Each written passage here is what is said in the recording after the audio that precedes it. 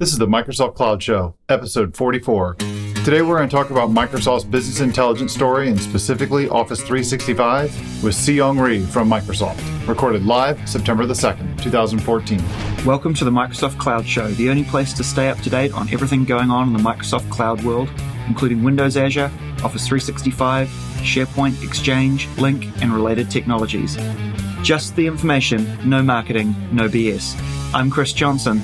And I'm Andrew Call. And we're just two dudes telling you how we see it. Okay, so today we're joined by Seayoung Rhee, who's a senior product manager in the Office Technical Marketing Group. He joined Microsoft in 2006, and he's currently responsible for the worldwide marketing content, product strategy, and positioning, and field readiness for business intelligence across Office. So, Seayoung, welcome to the show. Hello, it's an honor to be here. I'm very happy to be able to talk with you guys, as well as represent the Office team on the BI features that we have. And hopefully be able to debunk any questions that you had before and be able to offer more clarity on where we're going. Fantastic.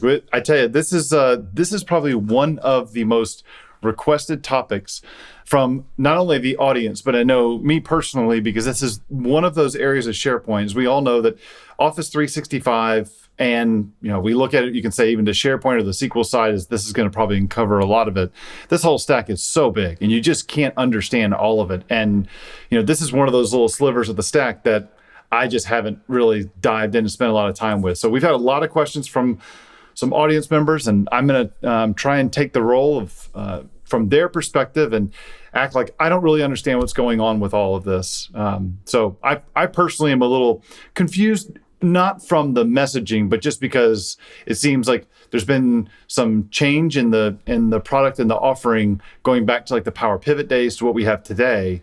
And I'm just not as familiar with everything in the terms. So I guess, is there anything that you want to kind of start it off with to kind of, what like your normal, I don't want to call it a pitch, but your normal explanation of what you would use for the BI stack in Office, and then we could just kind of go from there?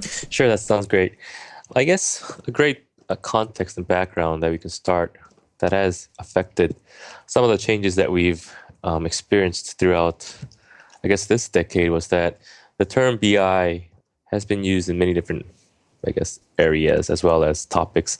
One being that, in the past, business intelligence and data analytics has been more of a specialized area where, IT pros and data specialists got together and created, complex dashboards, data models and whatnot. As data became much more available and as business users kind of, understood that, basing their business decisions on data made a ton of sense. And so new tools, whether it's from large companies like us or whether it's from smaller companies more specialized in features, created new tools for BI. The world of data analytics has changed quite a bit since its inception many years ago. And so, even in Microsoft, we used to just be more of a data platform player with SQL Server in the past.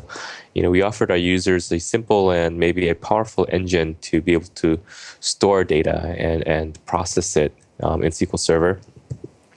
We were looking at the market in, I think it was early 2000, where we were seeing more and more people use that engine for various business applications. And so that's kind of when we saw the new emergence of BI tools, like whether it's Cognos or Business Objects or Hyperion. We saw these users use these complex tools to create those data models and reports. But one thing that we also saw and observed was that people were using Excel as the final tool to create their reports and dashboards. And that was kind of the trigger that clicked with us and said, what if we allow people to do some of those tasks within Excel so they don't have to learn a new tool, especially for the new users in this area. And so in about mid, I think 2000, we thought of that idea and we kind of said, let's add these features, let's try this out in Excel and see if it works. And so that was when we kind of were starting to add new features called Power Pivot and all the new kind of Power BI features back then. We understood that for Excel to be a BI or even to be a semi-BI tool, it needed to have performance features and various report-related features. But the most important part was that Excel back then was limited to 65,000 rows in 2003, and it was limited to 1 million rows in 2010. And even 1 million rows, while large for most Excel applications, could be a very limitations for large BI applications. And so we added a tool called Power Pivot. It was not fully integrated back then. It was more of an add-on, and it opened the gate for rapid analytics within Excel. And so that's kind of the history for Power Pivot in the Office suite.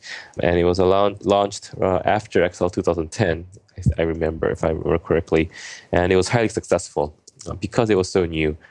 Back then, people didn't know what in-memory analytics was, and they were asking, what's the limit of this?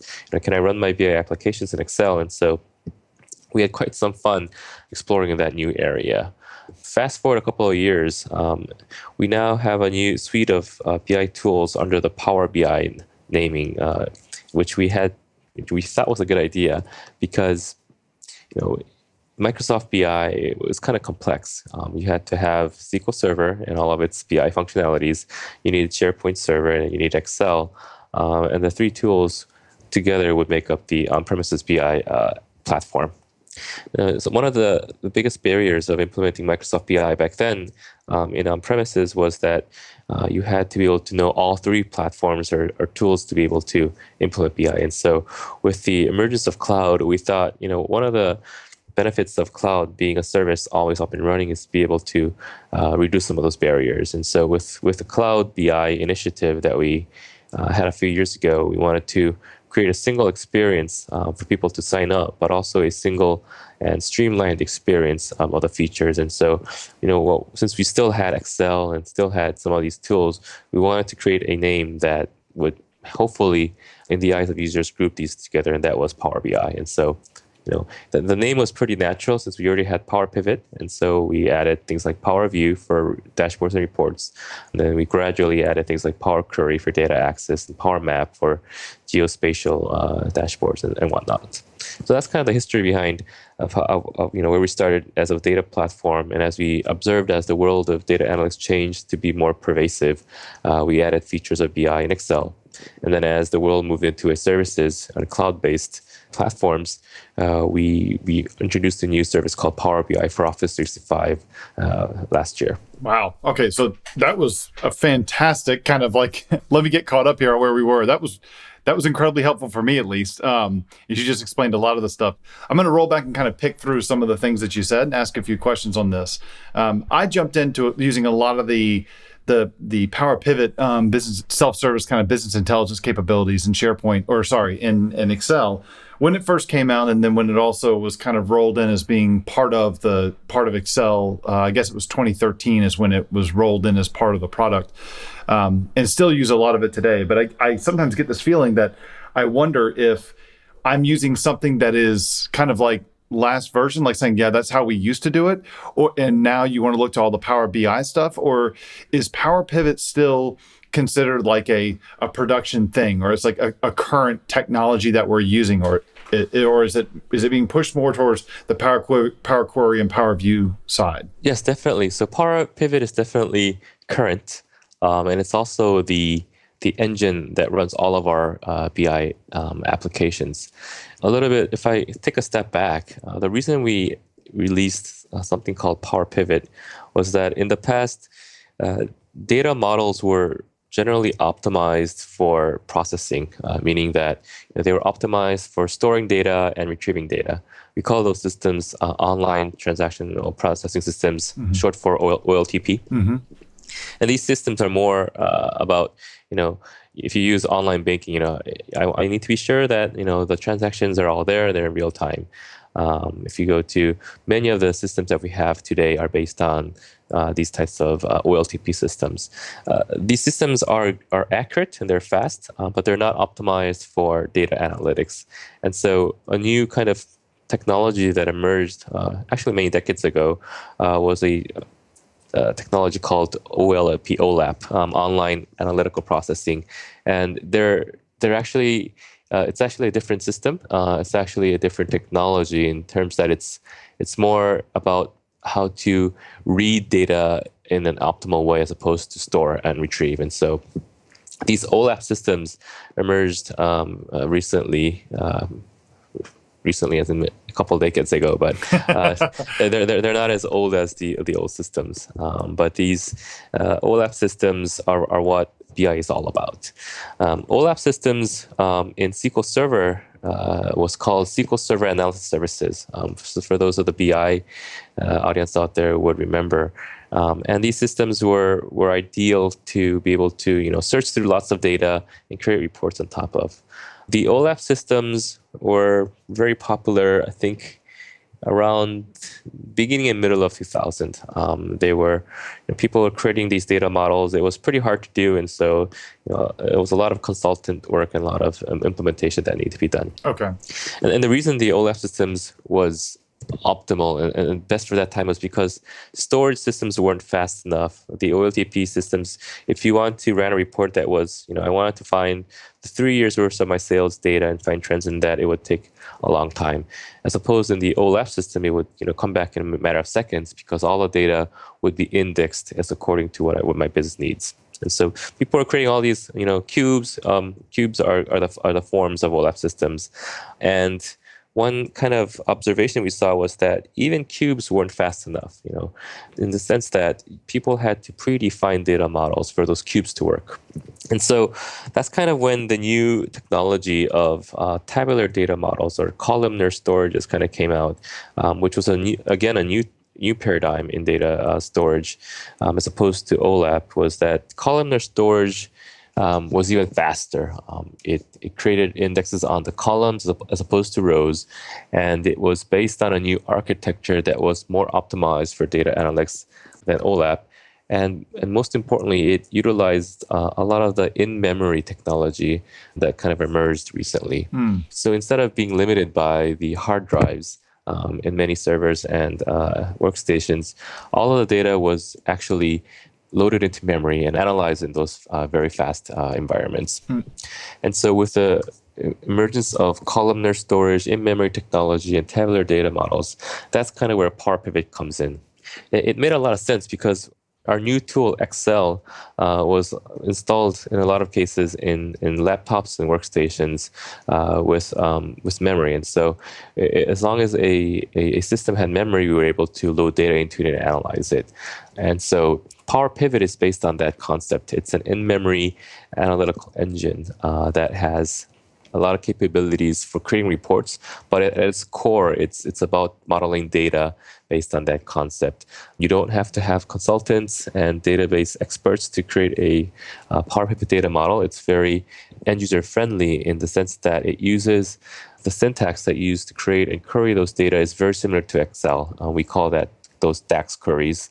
And so, a typical Excel user would be able to pick that language up pretty quickly to be able to analyze their data sets. Okay. So that helps a lot then. So it makes sense that if you want to use, so let me just restate what you said just real briefly and tell me if I'm getting it right here. So I'm using Power Pivot, and I would still use it today if I'm really targeting my data source as being a more transactional based source, where I'm being able to go through and create my own in-memory cubes in a way. I mean, I could connect to existing cubes, but it's more, I have access to the raw data and I'm doing more of the massaging and more of the modeling and stuff on my own, and not so much of there's somebody else that's gone through and spent, invested a lot of time in building out the cube and doing a lot of the roll up and the aggregation of the data and making it maybe not as relational, making it more flat to make it faster to process and analyze. Is that fairly accurate? Yes, exactly. So in the early stages of when we introduced Power Pivot, we saw a lot of people use it for rapid prototypes. As you can imagine, for the traditional cubes and OLAP data stores, they required a lot of work to get those up and running, as well as maintaining those large, complex data models. And so Power Pivot, in that sense, was a much easier way to create those data models. And so, yes, it was used for rapid prototypes. It was used for smaller data sets. And of course, it was much easier to create, especially for business users, because it mimicked the language that Excel used. Okay, so that helps. Now, so from there, then Microsoft came out with the Power BI collection of power stuff, for lack of a better way to say it. So you said Power Query, Power View, and Power Map. And so Power Map was the more geospatial one. that one I think is fairly easy for people to kind of grasp. But when I look at like something like Power View or Power Query, how do I look at those as being, there's a couple things I want to go into here. So how do I look at them as being separate things, or like, what would I use one for one scenario? How would I use the other one in a different scenario?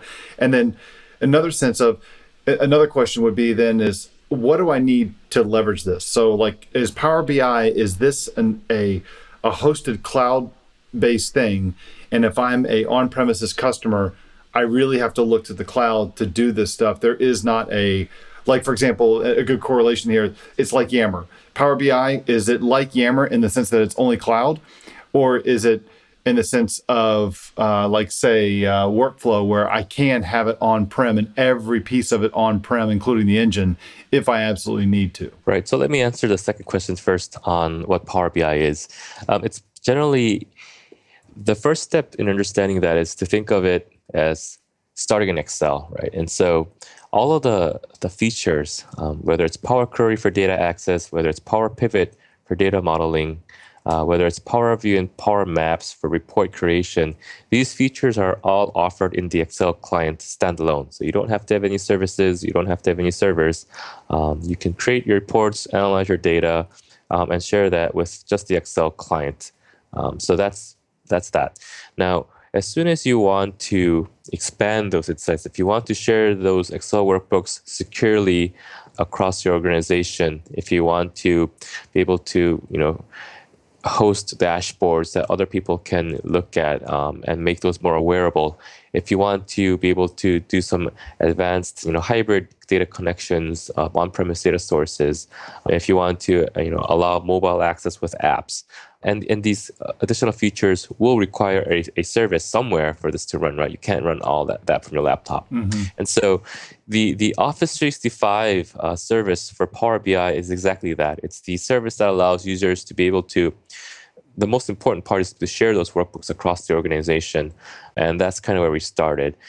In the basic version of Office 365, in the enterprise license being E3, there is a service called Excel Online, where you can, when you publish an Excel workbook, it will render the contents in the browser.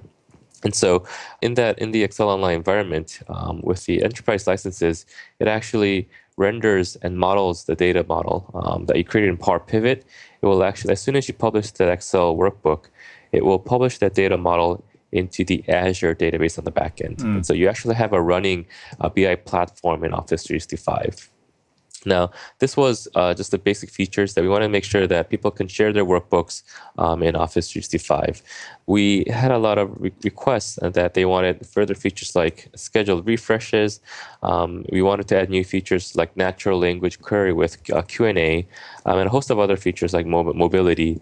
And these will all kind of align. These have aligned in the Power BI for Office 365 as service, and that's kind of the top level service that we offer with larger data sizes, access to on-prem data sources.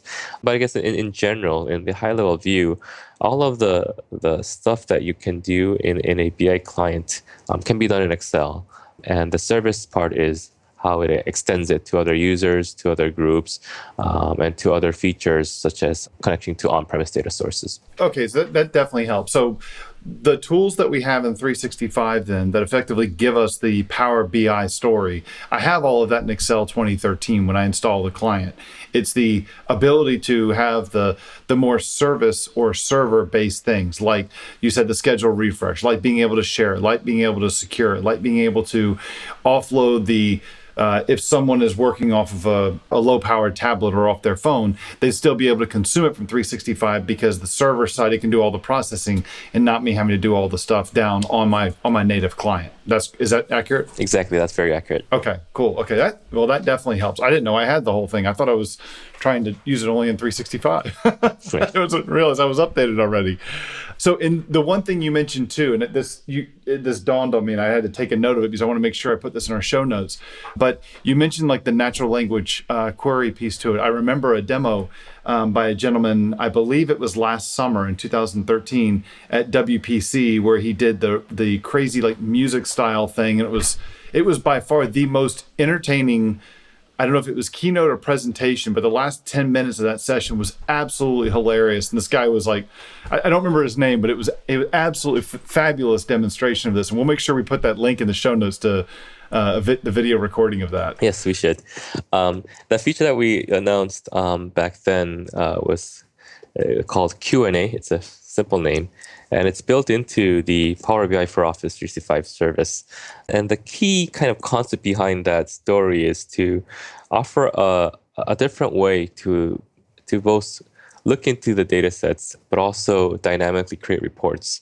One of the things that we observed from BI users in the past is that even though we try to make it easy and we integrate it into the Office client, it was still very hard for end users to be able to look into that data. You had to know what a data model was. You had to know what members and dimensions and what those were. And it was really hard for the business users to parse that. And so we created the tool called Q&A based on natural language query technology to be able to write a simple sentence as you would search in a search engine like Bing or Google and be able to get reports based off of that. And so if you can do simple searches like, give me the top 10, albums or songs or artists for the last 4 decades, for example. And based on that sentence or question, it would create those dynamic reports automatically.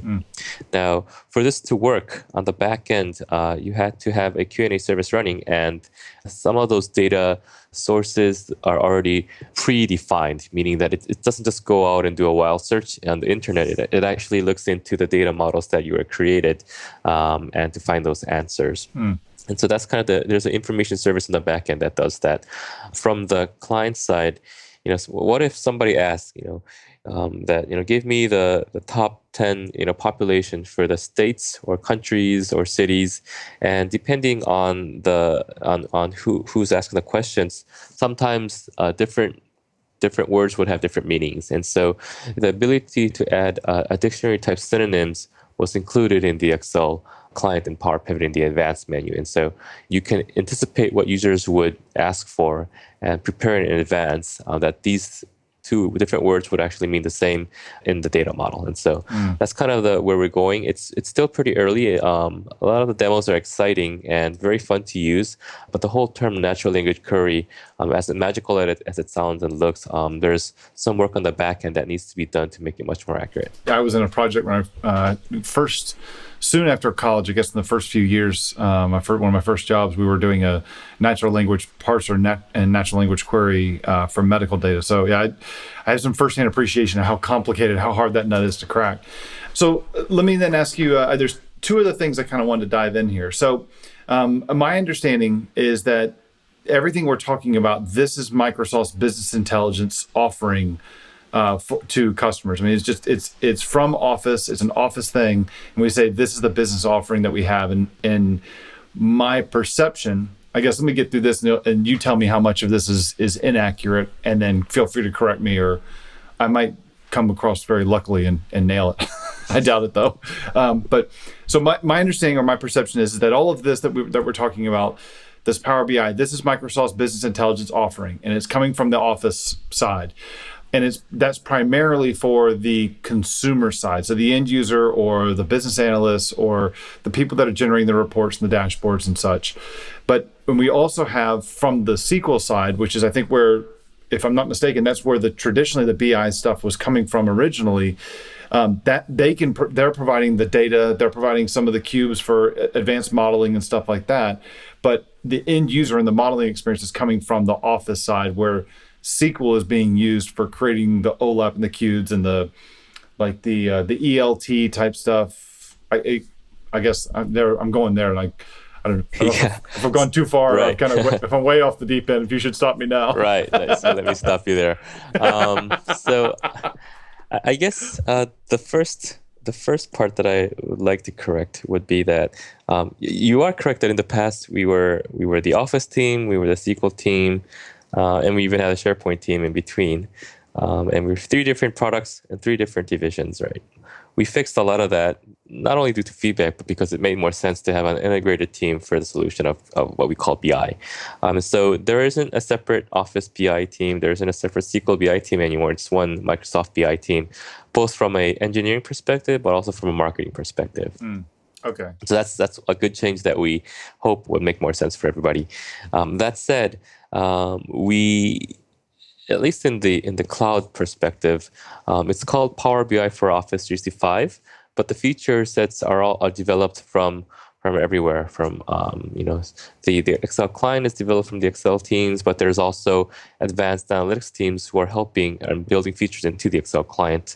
There is traditional, what you just mentioned, like ETL or data access teams who are building features into the Excel client, but also into the cloud services.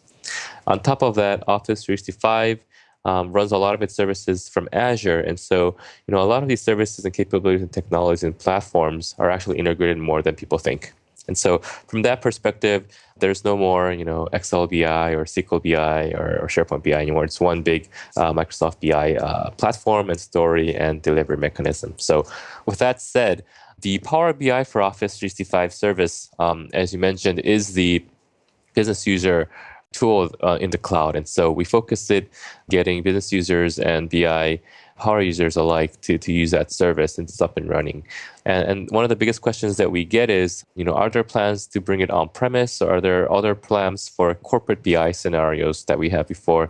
And the answer is definitely yes. Power BI for Office 365 was the first solution that we got out the door for all of the mass amount of users who are already on Office 365, or the people who are considering utilizing the cloud services because it was up and running, so they didn't have to go and install all the SharePoint server farms and all the SQL Server connectivity complexities. And so that was kind of the first service that was out.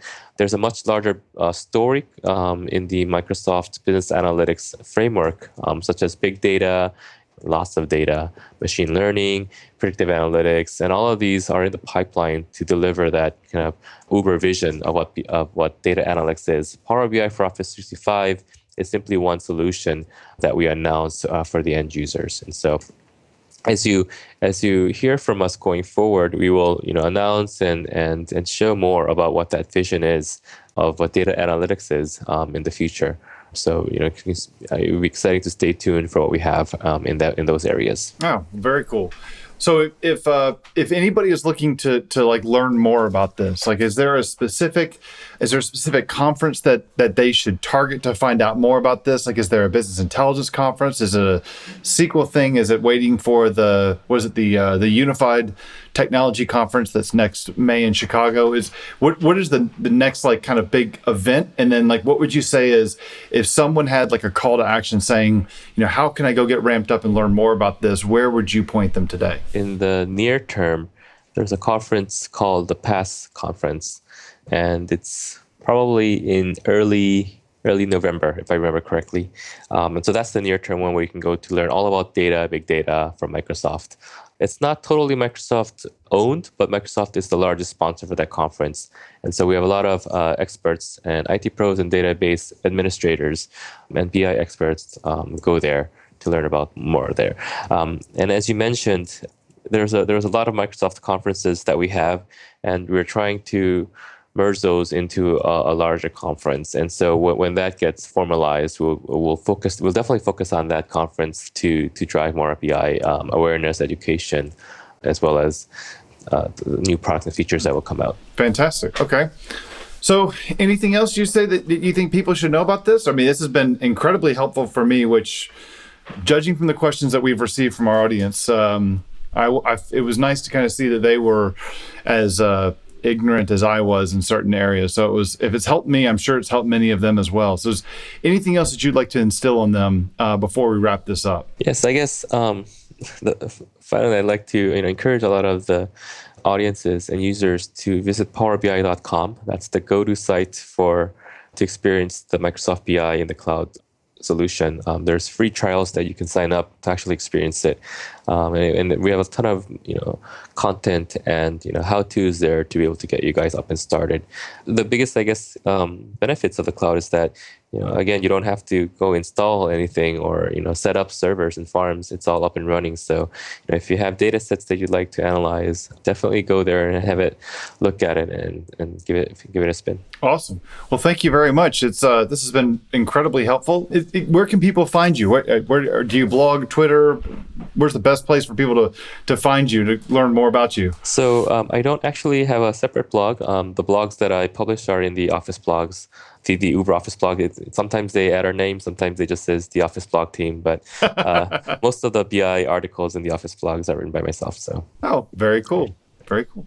Well, Seayoung, thank you very much for taking the time to do this. I know this is we both had challenging scheduling challenges that we've been trying to do this for. It might have been a month or two now, but I really do appreciate you taking the time today, and I'm glad we could do this. And really curious to see what people's reaction is and questions are coming out of this podcast. So thank you very much. Thank you for setting this up. It's a pleasure. If you have a question for us, go to microsoftcloudshow.com/questions, where you can submit it as text or record it as a WAV or MP3 and provide a link so we can play your question on the show.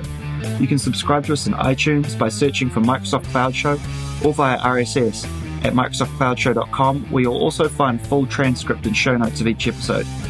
You can also find us on Facebook searching for Microsoft Cloud Show or on Twitter at MS Cloud Show. Thanks for listening. We'll see you next time.